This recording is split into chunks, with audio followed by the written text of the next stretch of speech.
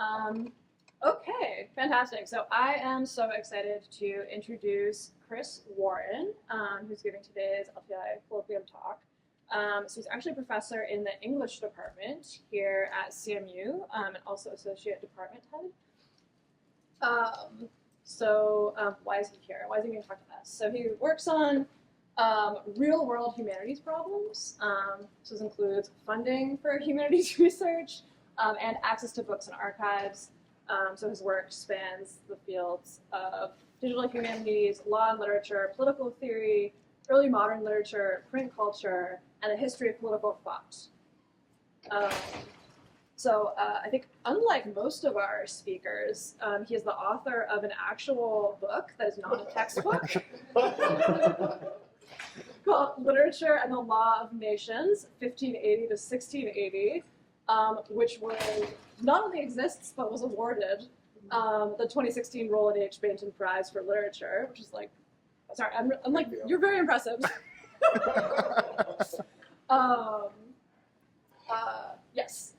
He's also a founding member of CMU's Center for Print Networks and Performance, and he's a director of CMU's minor in humanities analytics, right? So having like automated analysis or machine-assisted analysis of texts. I think one of the reasons one of the reasons we invited him is because he is really interested in here at CMU facilitating more cross-departmental interdisciplinary collaborations. Is actually leading an initiative alongside Dietrich and the libraries towards that end. So I will stop talking and let him tell us about his super fantastic and interesting work in this area. All right, thank you so much, Emma. Can everybody hear me? Is it okay? Folks in back? I do see a light. I'm not particularly close to it. Could you hear in the back? You're good? You're good in the back? All right. Okay, so I definitely want to thank once again Emma for the extremely kind invitation. Jennifer Clark was really fantastic with logistics. And I also want to say that the work I'll be discussing today originates with a whole team of scholars and graduate students at CMU, UCSD, and beyond who work together on a project that we call Print and Probability. Some of you might recognize a few names on this list. That's because several of my collaborators have come through LTI at one point or another. Taylor, Nikolai, Kartik, all said to say hello. So today I'll be talking about tools, data, and methods for researching secret printing. I consider this work broadly in the field of digital humanities, as Emma mentioned, which is a trading zone that's exploded in the last 20 years and that uses computation to ask and answer humanities questions.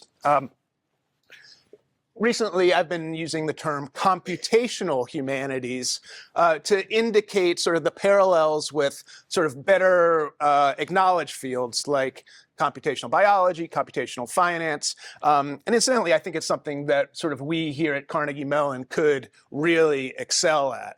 That's the name of the initiative that I'm leading for Dietrich around computational humanities.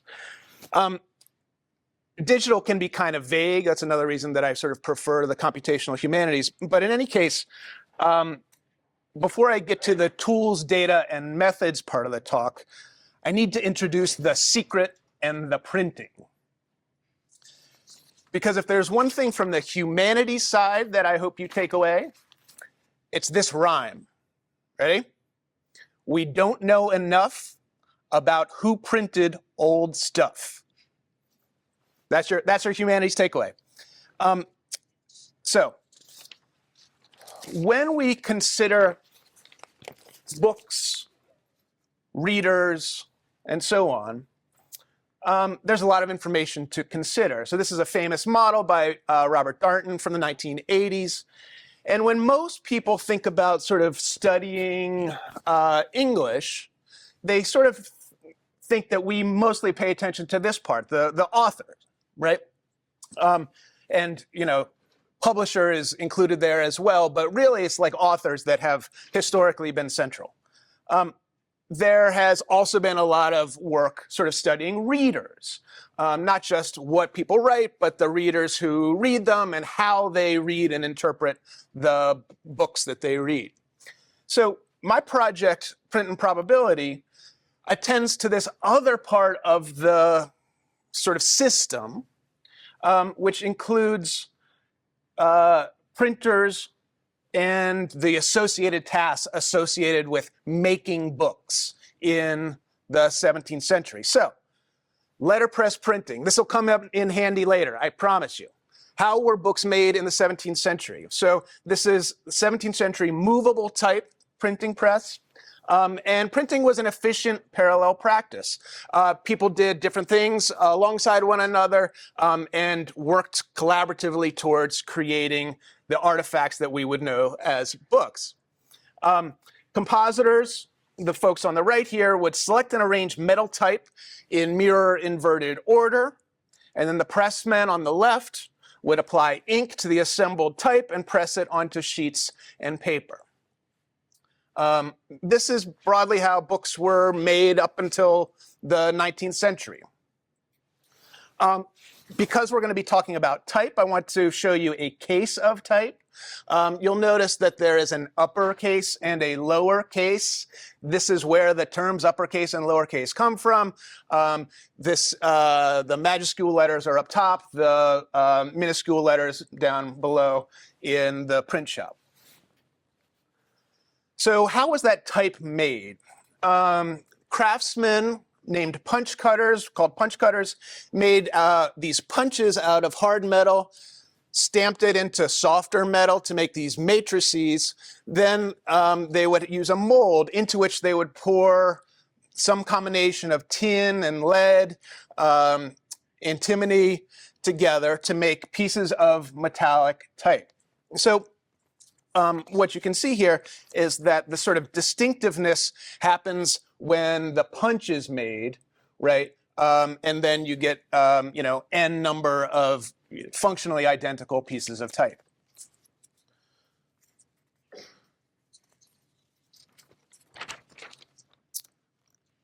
Okay. Books were printed in sheets and not pages.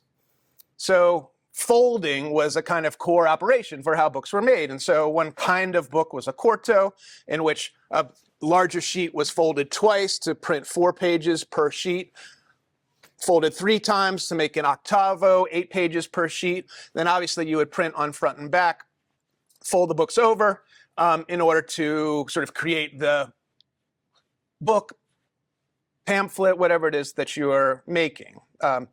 So this is a kind of helpful example.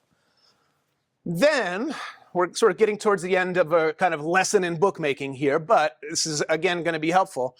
The pages were folded and bound together. But you can sort of see in the way that the pages are gathered together that they need to be printed in a sort of non-sequential order, at least sequential from the perspective of the reader, right?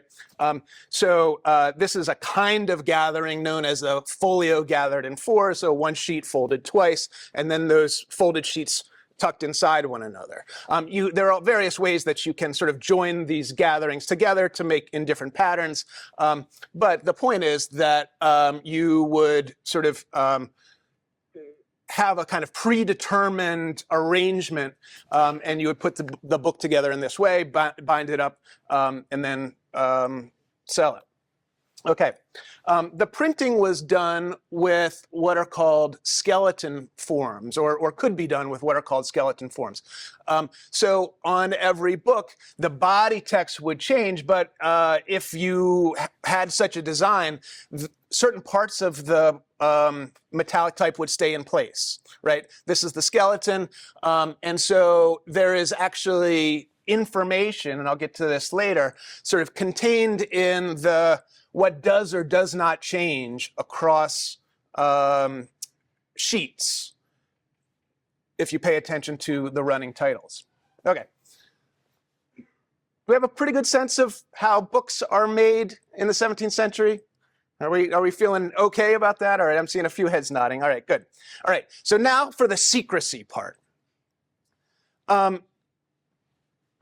good place to start is 1637, which is the year that England's Star Chamber produces this decree around who needs to put their names on anything that is printed.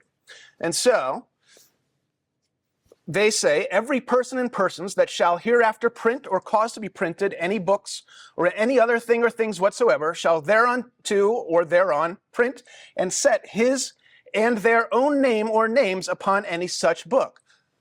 Okay? Upon pain of forfeiture for all such things, including the presses, the letters, instruments for printing, which would be defaced and made unserviceable, and the party and party so offending to be fined, imprisoned, and have such other corporal punishment as shall be thought fit. Okay, so if you need a translation here, the translation is, don't be printing stuff without acknowledging it, or else you'll pay. Like, including up to losing your livelihood, up to losing your life. Here is one example.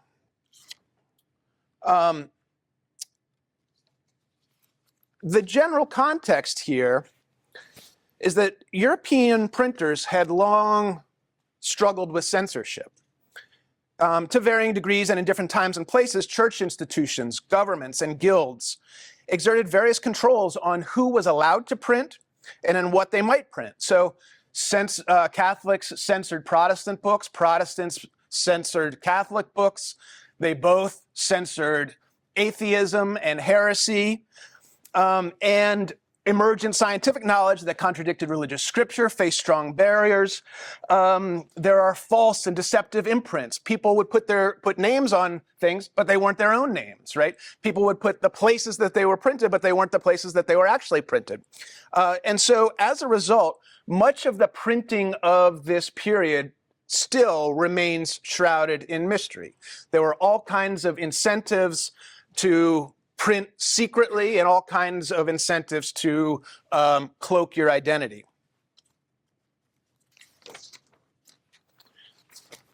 So what's this slide? This is William Disney. Disney was a conspirator accused of printing the notorious Monmouth Declaration of 1685 as part of a plan to depose the Catholic King James II. So the details are such that Disney, in fact, had arranged with one printer to lend his London press to another printer for the actual printing, but those details didn't matter very much to the authorities. Disney was drawn, hanged, and quartered for printing this declaration. A broadside ballad written in his voice had it that, faithless I proved to my prince and nation, printing a most rebellious declaration. The London printer John Twynne faced a similar fate. Shortly after the restoration of King Charles II, Twynne printed an anonymous 4-sheet quarto whose full title captures fairly precisely the threat it posed to King Charles's tenuous government. In effect, when the king violates the kind of sacred contract between people and king, the people can take arms and rebel against the king. Controversial. Although Twynne's name was nowhere on the pamphlet, he was arrested after intense surveillance. It's kind of an interesting story about how he was arrested. So there's the licensor of the press is a guy named Roger Lestrange. And Roger Lestrange is sort of during this period going around sort of paying attention to all the printing presses, trying to find people who are printing illicit material. And he arrives at Twynne's house 2 or 3 in the morning and just hears press work and sits outside for half an hour waiting for reinforcements to arrive. They sort of raid the house and they arrest Twynne based on the sort of the sound of an active press. Okay, so Twynne then was executed at Tyburn. His severed head was displayed over Ludgate, and his quarters were mounted similarly around London. The printed printed account of his trial was meant to be the paper equivalent. The trial transcript was published, quote, to manifest the insufferable liberties of the press, and, quote, as a caution to all persons whatsoever that they may see the hazard of printing and dispersing books. The stories of Disney and Twin are hardly unknown in the scholarship. But my work considers that really they haven't influenced the way we go about studying history enough. So there's been considerable attention to the effects of censorship, and scholars talk about the early modern public sphere, print culture, the radical Enlightenment, secularization, the age of revolutions. And they all sort of rely on this sort of enabling fiction that we actually know how these things happened and how these ideas spread, that we know the kind of agents who helped sort of bring these changes into the world. You know, my group argues that our collective understanding of the past, however, is poorer because we actually don't know who did the printing. So let me try to substantiate those claims with some data. Depending on who you ask and where you look, up to 80% of all books in any period in this period, in this time were printed anonymously. That is, we don't know who produced the up to 80% of books. I've got a lot more sort of data that kind of substantiates that, but I think the point is well taken. What's at stake in these gaps? It isn't just that we can't name the laborers who produce these things, though that's important. Moving print shop labor from the margins to the center opens up new lines of historical inquiry. So bibliographic metadata, writes Michael Gavin, fold documents into history, connecting them to libraries and authors, to booksellers, printers, and patrons. Printers help anchor our artifacts in particular contexts, revealing the historical milieu that gave those artifacts salience and frequently bite. So, you know, David Como is a well-known historian who has shown that printers could have outsized influence by inserting their own preferred sensibilities into wider debate. To put it in more modern terms, like today we care about what people say, but we care about where they say it. So somebody says, it matters if it appears in the New York Times or Fox News or TikTok, right? So one way to think about our work is that we're trying to reconstruct the hidden sources of cultural production, akin to observing apparently discrete water sources like springs and rivers and moving from there to infer the existence of an aquifer underneath. One way to think about it is like historians care about who printed stuff for the reason that many sort of social scientists might care about like MD5 hashes, right? Or bot networks or deepfakes. Like this is to understand things like the cultural diffusion of knowledge, propaganda and misinformation, communication under censorship, and authoritative versions of documents. In short, we need to know who printed stuff. My team and I recently discovered the printers of a very famous pamphlet from the 1640s by the poet and thinker John Milton. This is a pamphlet called Areopagitica, which is thought to be the kind of first English language defense of the idea of freedom of speech. And we were able to do this using distinctive and damaged type. And I'm going to talk about methods here in a second. But for the moment, the point is that we uncovered this whole kind of network of text printed by a clandestine press that advanced a very particular ideological agenda associated with freedom of the press and religious toleration. It included the printer of a very famous and important work by Roger Williams, the founder of Rhode Island.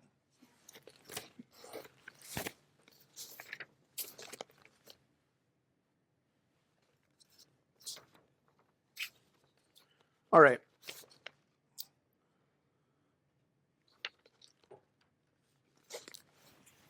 So I want to share a few approaches with you but it's kind of motivated by this example. There's a printer named Joan Dover who was married to a printer, Simon Dover. While Simon was in prison for having illicitly printed the dying speeches of several of the English regicides, and then after Simon died in prison in 1664, Joan captained the printing business. Joan then married the printer John Darby. On the left is an illicit dissenting tract Joan printed anonymously in 1664. On the right is 1670's Provocative the Englishman, which is speculatively attributed to John Darby. Upon inspection, it's the same case of type. Surely, therefore, Joan should be considered the primary candidate of printing the latter. Now, I'm going to say a few words about the history of this kind of work, but for now, what I want to emphasize is how attributing printers helps us center figures who have previously been ignored by historians. Okay, scholars have long understood that no two pieces of type will live identical lives. Type sorts are metal objects, and in the course of their use and reuse in the print shop, they would be stepped on, hammered into place, dropped, crushed, misused, and otherwise worn down by repeated contact with the press's heavy platen. Although made of metal, the special alloy used by the type founders was not especially durable, and so with repeated use, types degraded. Evidence of this damage is visible in the inked impressions left by damaged sorts. Their nicks, dents, and divots can therefore serve as the fingerprints for identifying anonymous print. The comparison analysis of recurrent type sorts, therefore, has been an established practice ever since Charlton Hinman in 1963. So Charlton Hinman was trying to understand how Shakespeare's first folio got made. And in the process, he went through manually and with these note cards and indicated on these note cards, like every time he could see a particular piece of damaged type. So if you're thinking to yourself, that sounds extremely laborious, you are 100% right. So he describes the process like this. He says, the copies of the folio were examined simultaneously. At the first appearance of any type that seemed sufficiently distinctive to be recognized consistently, a card was prepared. And he goes on to say the process of accumulating evidence was twice repeated, about 6 months being required for each survey. So this took him 18 months. Okay.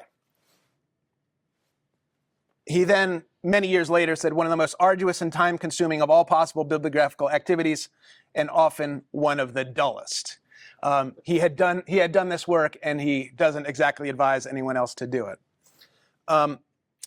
Enter computers, right? This is where computers come in.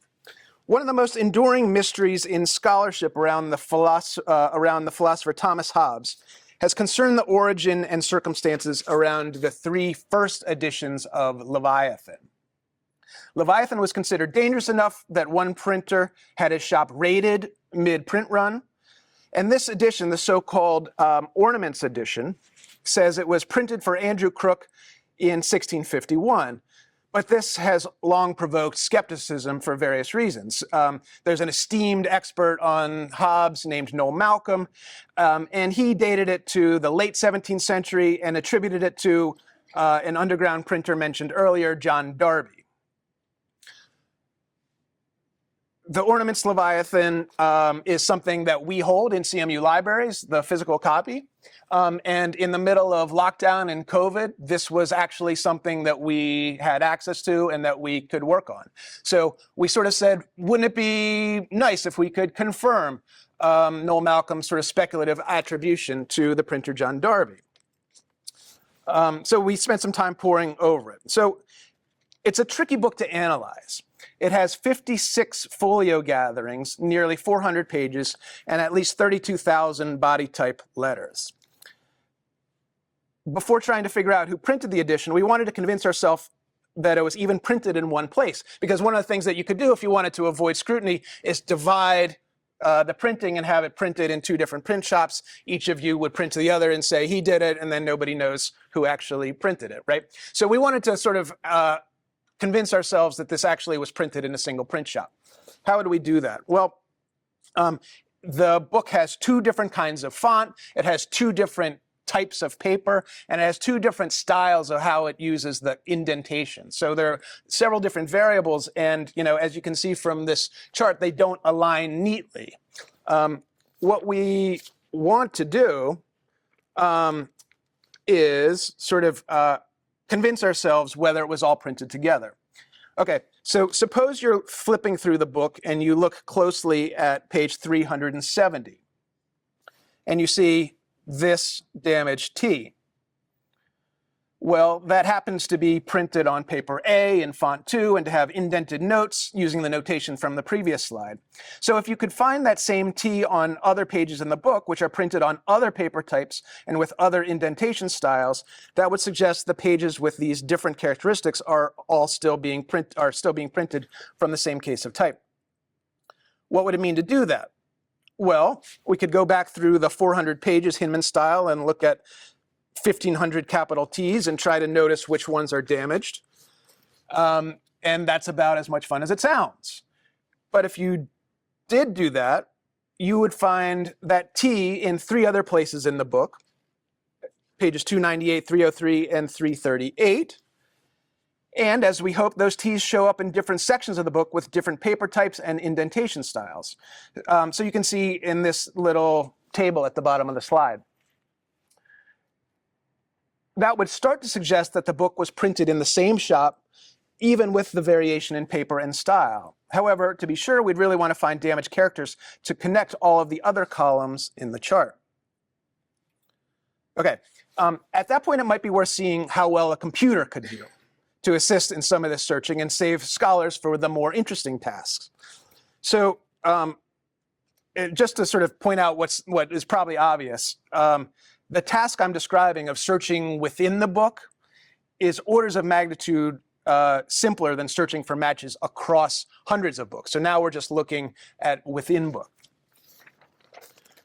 What would we need to do computationally to take advantage of damaged body tape? Really 3 things. So we need characters. We need to extract all the characters from every book. We need to be able to match the 2 damaged characters together out of a sea of other characters. And we need a way to propose interesting damaged characters to search for in the first place. So these are sorted in roughly order of difficulty. And just like we'll notice that automation of any of these stages assists enormously in the kind of research process.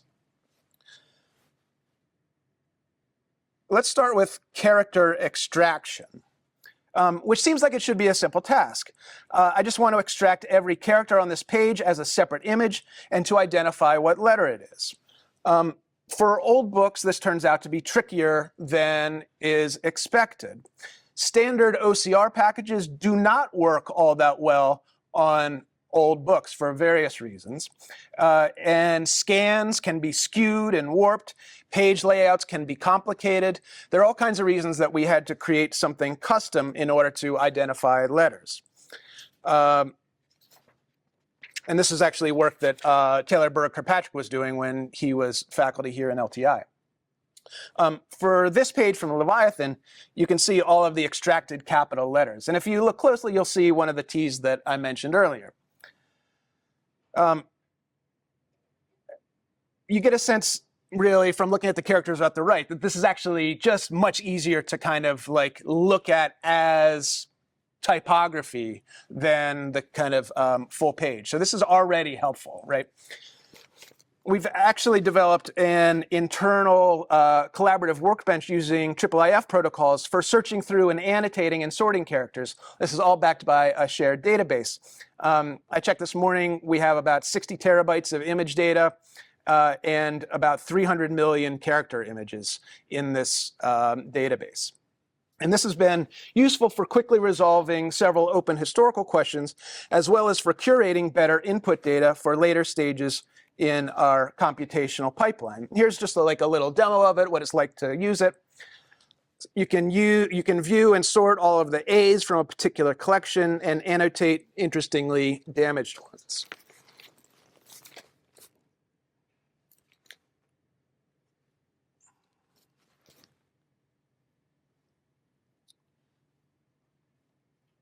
Okay. So now for matching characters. We've created this sort of pile of here T's, right?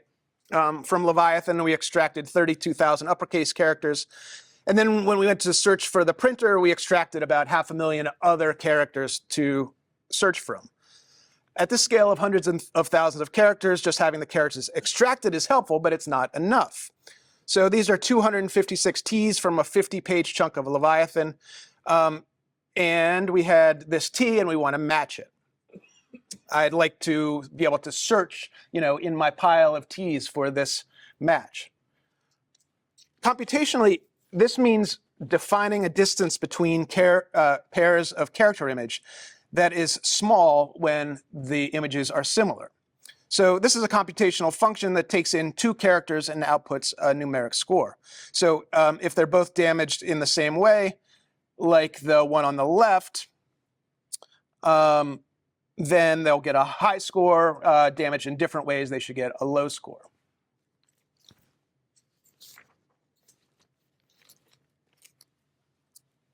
The problem with constructing a computational distance measure that does this well is that it turns out to be a legitimately hard challenge.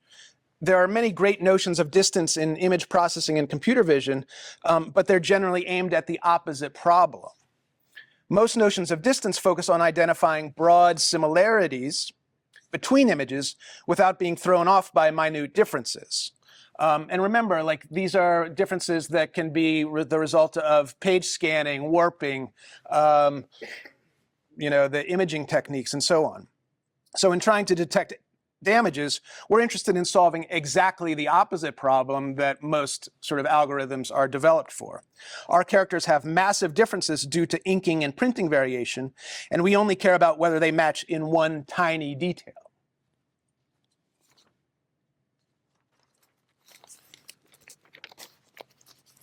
So with a lot of effort and many false starts, this is our machine learning technique to construct such a distance.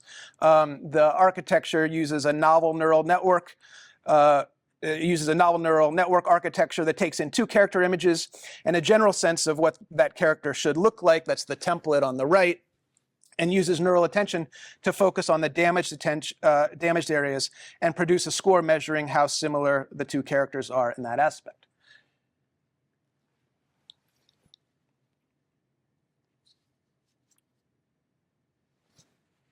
It works, but switching to a neural network approach for modeling introduces a new problem. So models are notoriously data hungry. I don't have to tell this audience, right? But we end up looking, the problem is to find exactly what we would need to train the model on, right? So this is where we did something that was anathema to me as someone who was trained as a humanist, which is synthesizing historical data, right? We created millions of fake pieces of type, images of type, in order to train our model, right? And other sort of humanities folks in the room, I think, will probably appreciate just sort of how so alien this is to our sensibility. You can't just make stuff up from the past, right? You get over it, yeah, right. Fair. I'm still learning. So we ended up sort of synthesizing these and sort of passing through these sort of match damages of the kind of characters that we synthesized.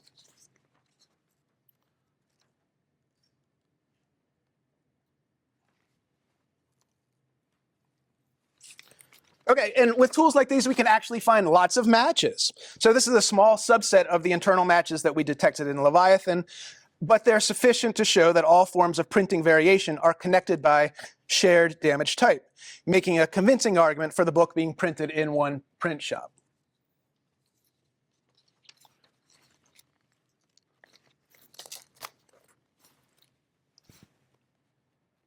Now, So far, I've been talking about taking a known damage and searching for it in a sea of characters. If we truly want to scale the method to a large number of books, we actually need to computationally identify damaged characters to start the search. This is more evidence that it worked, and the kind of models for detecting damaged characters. Recently, we've been paying attention to not just body type characters, but these large multi-line characters like this T here. Okay. Ornaments and multi-line title characters have traditionally been of great interest for my field, and we've been quite interested in the kind of multi-line characters in particular. Notice that there's a dent in the top of the T just to the left of the center. I don't know if folks can see it. Can you see it? If you've spent enough time with this font, you'll also notice that the right corner is bent in a bit. Maybe I'd like to use this T as another fingerprint of a printer and find the same multi-line T in other books. This is tricky, though. Multi-line characters are easier to notice in a book, but only a small number of them will show up in any one book, right? So the search requires examining many, many books.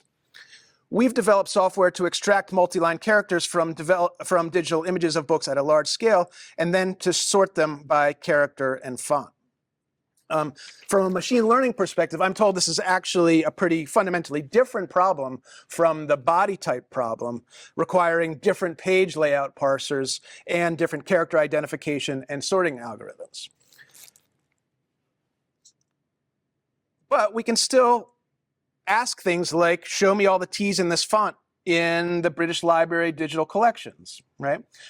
And now what we've got is a huge pile of books that have a similar or identical T. We did this for Leviathan, and we're able to match several of the damaged large letters from Leviathan to other books printed by the printer John Richardson over the years.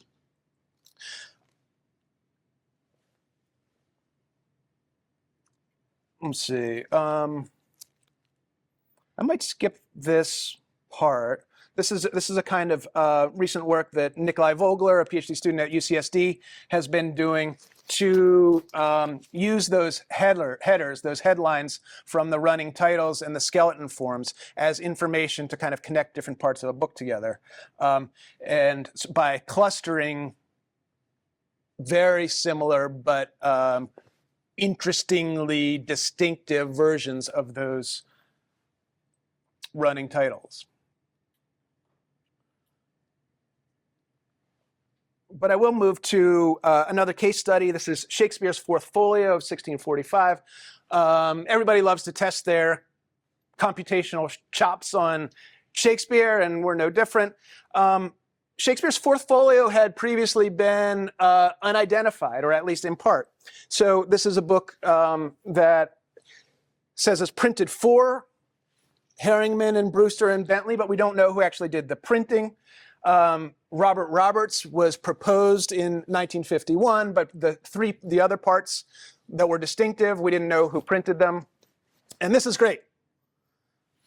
Fredson Bowers, writing in 1951, says, "The shop which produced the third section will perhaps never be identified until we know everything there is to be learned about 17th century types."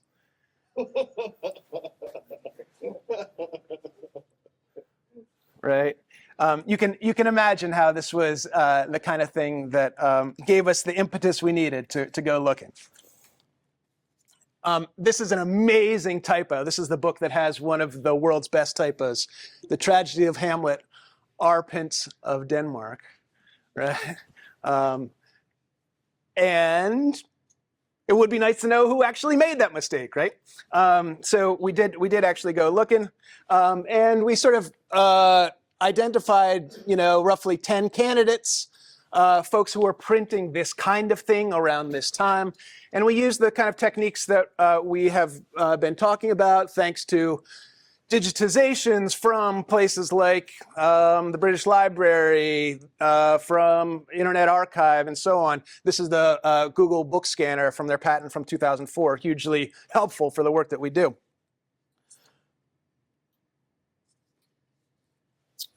And we identified the printers of the fourth folio, the two parts, one of whom was Robert Everingham, the other of whom was John Maycock, based partly on the basis of that very R in the title page of Our Prince of Denmark. Okay, now I'm going to wrap up. But to do so, I am going to share with you actually some super interesting work in progress. Does anyone recognize this, by the way? Yeah, what is it? I heard somebody say it. Bridgerton, yeah. This is a plot point in Bridgerton for anyone who has seen it. They are doing exactly the kind of work that we're doing to try to identify the printers of clandestine and illicit materials. Okay. So, as I move to my the right page here,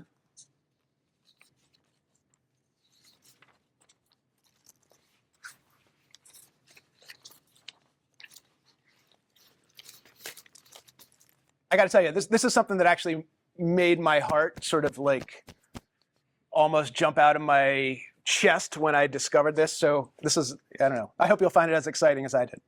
So this is a famous book, John Locke's Two Treatises of Government, that is printed. What's that? Boo! We don't like John Locke. That wasn't the reaction I was expecting to get here. I was expecting people to boo my architecture, but okay. So what's important about John Locke's Two Treatises of Government? People have said that it played a part in the growth to maturity of English liberalism, the American Revolution, the French Revolution. There are parallels in the South, in America, in Ireland, in India, and everywhere. Everywhere, as Peter Laslett put it, where the consent of the governed has made itself felt. As Thomas Jefferson once wrote in a letter to James Madison, Locke's little book on government is perfect as far as it goes. But in its own time, it was dangerous and controversial. So much so that Locke himself refused to acknowledge it, going as far as to erase from his papers every recognizable reference to its existence, its composition, its publication, printing, and reprinting, and only arranging for its publication and printing through a cutout third party who was only allowed to refer to the author as my friend. Another puzzle, less remarked but no less significant, is the responsibility for printing the first English language edition of Benedict Spinoza's blazingly controversial theological political treatise. So this is a book now known, thanks to a scholarly book by Stephen Nadler, as The Book Forged in Hell. What Locke's Two Treatises of Government did for divine right monarchy, which is to question its superiority and legitimacy, Spinoza's theological political treatise did for the implicit authority of Jewish and Christian scripture and of the church. Published first in Amsterdam in 1670 with a fake Hamburg imprint, the theological political treatise was only available to elite readers of Latin or continental languages prior to the anonymously printed and translated 1689 edition. As Jonathan Israel has written, in the entire history of modern thought, only Marx and Nietzsche have so openly and provocatively repudiated almost the entire belief system of the society around them. No surprise, then, is Spinoza's emphasis on what he called the freedom or liberty of philosophizing, which the title page insisted may be allowed without any prejudice to piety or to the peace of any commonwealth. Spinoza's aims included securing thought, especially thought that contradicted religious authority, from the threats of censorship. So these are two very different works, and they're not always considered in the same breath. But these two octavos can be seen as two of the main tributaries of the European Enlightenment. Published first in English within months of one another, each was printed under the cloak of secrecy, in part because of the powerful institutions that they critiqued. So how did they get into the world? Well, I can announce to you, we haven't published this yet, that they were printed with the same case of type. In a very material typographical sense, the radical Enlightenment in England flows from a single English font. So whose font was it? That question's more difficult to answer than it appears, but in all likelihood, responsibility lies, at least in part, with none other than Robert Everingham, who was one of the printers of Shakespeare's Fourth Folio. So, distinctive and damaged body type from the two tracks can be found in his work. His shop was just paces from the shop of Locke's publisher on Ave Mary Lane, and yet, to complicate matters, both the Locke and Spinoza editions each have 3 separate fonts, such that there remains the distinct possibility of co-printing. And evidence from a single tantalizing titling letter suggests the story of the Everingham printing might be too clean. This T is one that we've discovered in a book printed in 1694 by the inveterate clandestine printer Thomas Brattle. Everingham and Brattle were indeed printing together in 1690. And so the working theory must now be that the printed manifestation of the radical English Enlightenment flows from the collaborative labor of Robert Everingham and Thomas Brattle. Ultimately, confirming which parts of Locke and Spinoza were printed by Everingham and which by Brattle awaits further research. Research of the kind whose value and significance I hope I have demonstrated today. Despite all the progress enabled by computational bibliography so far, we still don't know enough about who printed old stuff. Thank you.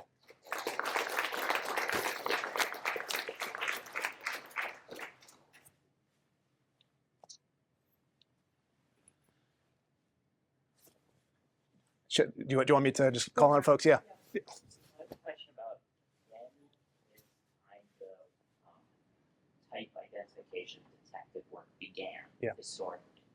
Was it happening in the 17th century when people were trying to figure out who these like countercultural painters were, or did it only start happening much later once they were all dead and buried? Yep, great question. People were trying to use as much information as they could gather in order to identify printers, even at the time in the 17th century. So these kind of censors were doing such things as examining the general features of fonts. What they didn't have eyes to do, and certainly didn't have the technology to do, was to look as carefully and as granularly as we're able to do. So I've never seen anybody sort of from the periods talking about a distinctively damaged piece of type. Like, I don't think that was sort of in their sort of like capacity to pull off.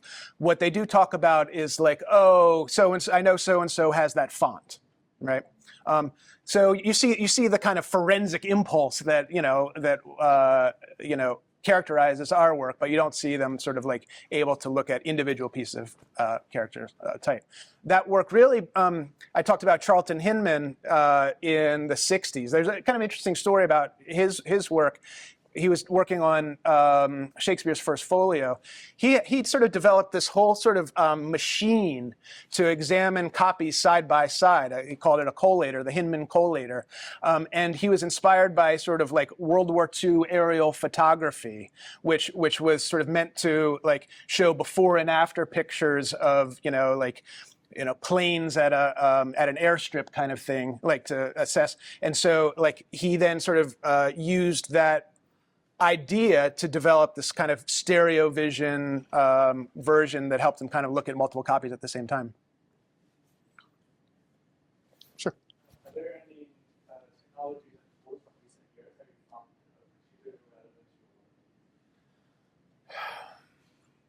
relevant?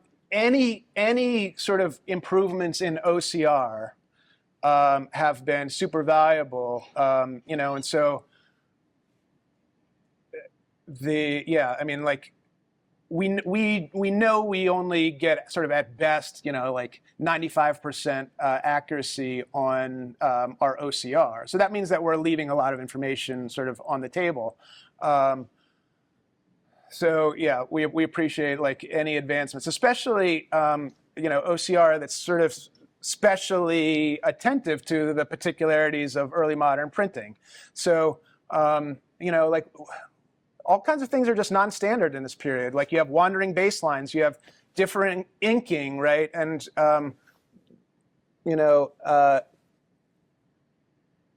yeah, anything that sort of does that better, we're grateful for. We are still working, honestly, on improving our matching. So one of the kind of challenges that we faced in sort of matching damaged characters to one another has to do with like the template that we use in order to kind of subtract features from. That is something that, one thing that I wish we had that we don't have is some kind of like foundation model for early modern typography. Which could then sort of form the basis for all kinds of kind of calculations when we sort of try to discover, damage on a particular glyph. Yeah, David. I think, anyway, so I'm especially interested in the data augmentation with synthetic data thing.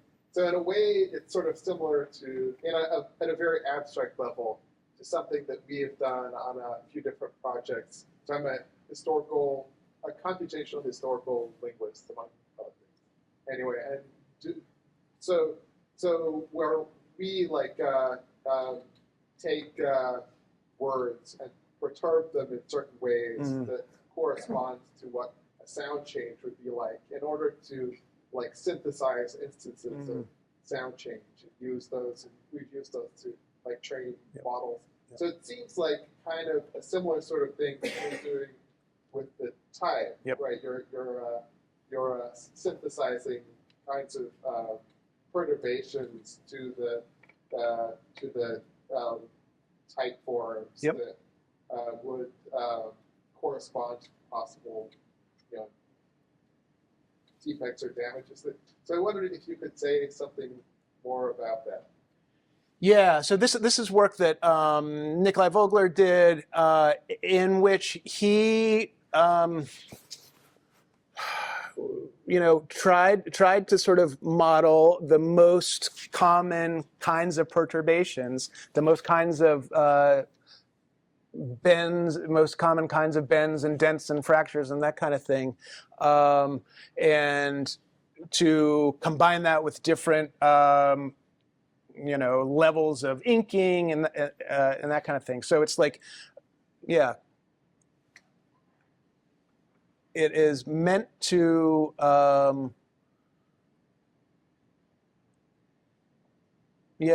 imagine, to use that word, the kinds of things that could have happened to pieces of type had they existed, right? So as someone with like a humanistic training, I also found this kind of counterintuitive the first time that we did it. Like it makes you feel a little bit like you're falsifying the past. But how did you get over that? Well, because my collaborators said there's no way, we don't have enough data in order to, like, you want to know who printed stuff? Well, this is how we're going to do it, right? And I had and still have this kind of, humanistic fear that synthesized data is going to like leak into the world somehow, right? It's like locked on our servers, and I hope no one ever, right? But I don't want to contaminate the world with fake data. But I do feel generally okay with the the sense like this is a sort of waypoint on a journey towards a bigger goal.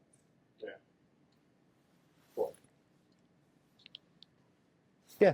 So you used the phrase "interestingly damaged" a couple times. Yeah. And I'm curious if there are like damage types that are like more and less like distinctive? Like, are there damage types that like frequently occurred and are not as indicative of like identification on a printing press? And relatedly, I'm curious about like the evolution of these type pieces, because you mentioned that they're easily damaged and like that's how you get, you know, the individual pieces of damage. Yeah. But presumably that like accumulates over time. Yeah.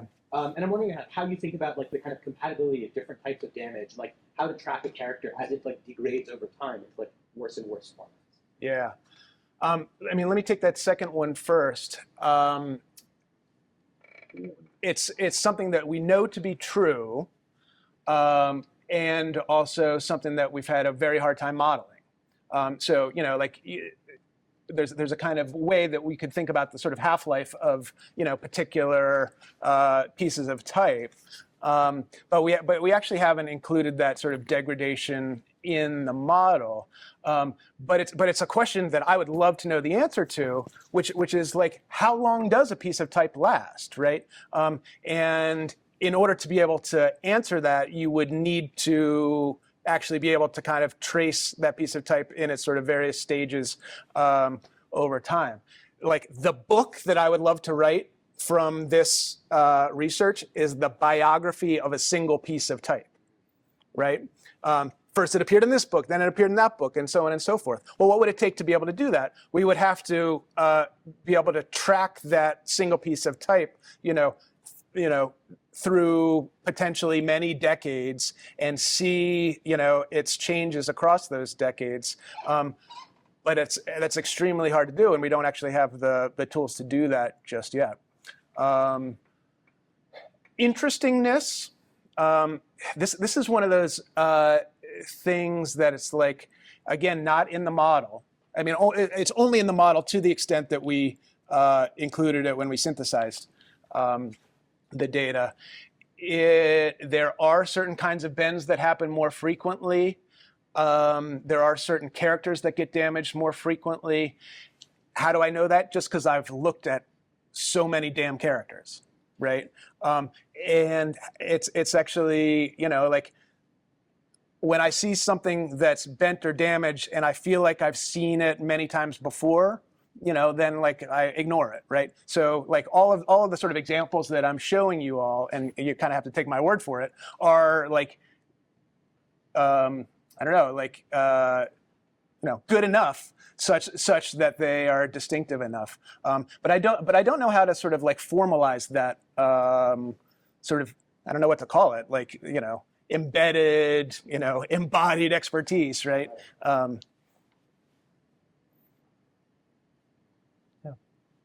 So I find an amazing parallel between this and a very modern problem, which is to determine who took a particular digital photograph.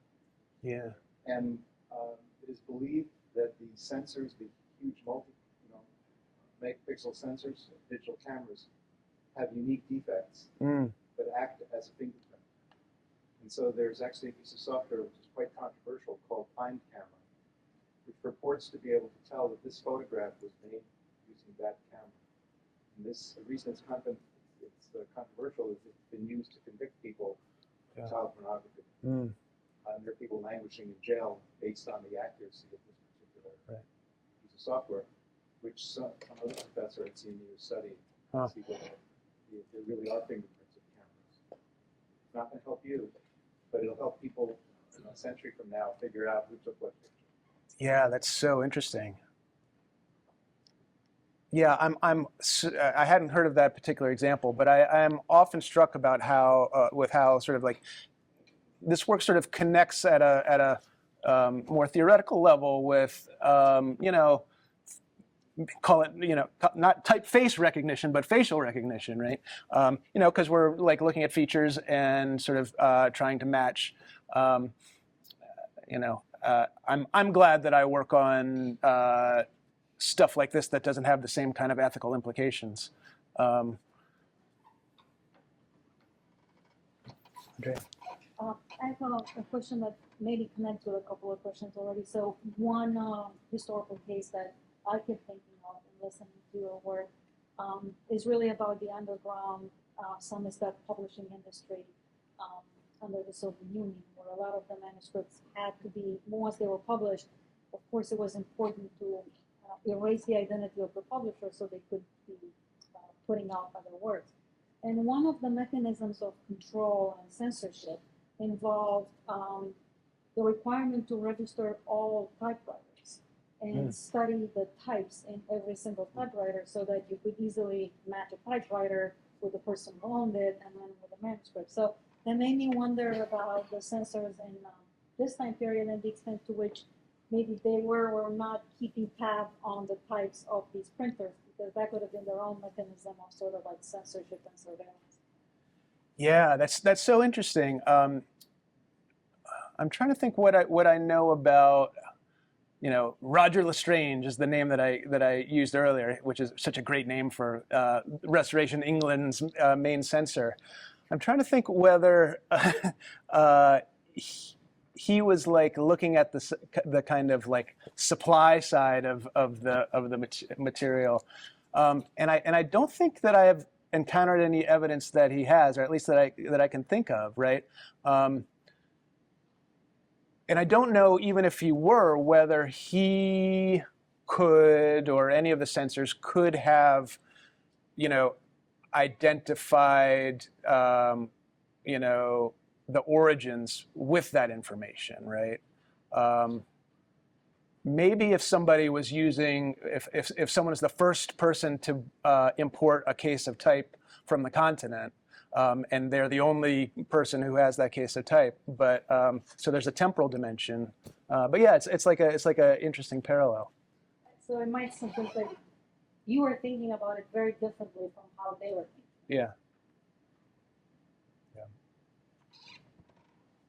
Yeah. So I think there is a common problem in NLP which talks about the work which kind of defines a task like authorship attribution, where they look at how the styles of like different forms of text can be mapped back into the same author. So I realize this is kind of like a complementary perspective to it, where you're not focused on the author but the printer or the way in which this was printed out, because I'm assuming the laws then did not only condemn the one who wrote the seditious article, but also the one who printed it. Right? So I'm just curious, how consistent are these results if you were to take into account also stylographic features and kind of overlay that with the printing, I don't know, like printing tendencies to see whether, you know, certain authors preferred certain printers? Was there like another network beyond just the printers? Yeah, I love that question, and I'm going to preface my answer by saying one of the world's foremost expert in authorship attribution is in the room. Joe Redmond's here. Joe, glad you could be here. So what I would say in terms of the parallel, another fantasy of mine is to do this sort of like wild multi-model kind of thing where you overlay the content of the pamphlets, you know, with the sort of printer data, and, you know, I think that there is latent information in the content, right? We just haven't had the time and, frankly, funding to actually pull that off. But like, it's an amazing idea, and it's one that you know, we have thought could be really cool, because there are going to be sort of these like predilections among printers where they gravitate towards certain religious beliefs, where they gravitate towards certain political, you know, positions, right? And to the extent that that information is sort of sitting out there and we're not using it, I think it'd be amazing to do so.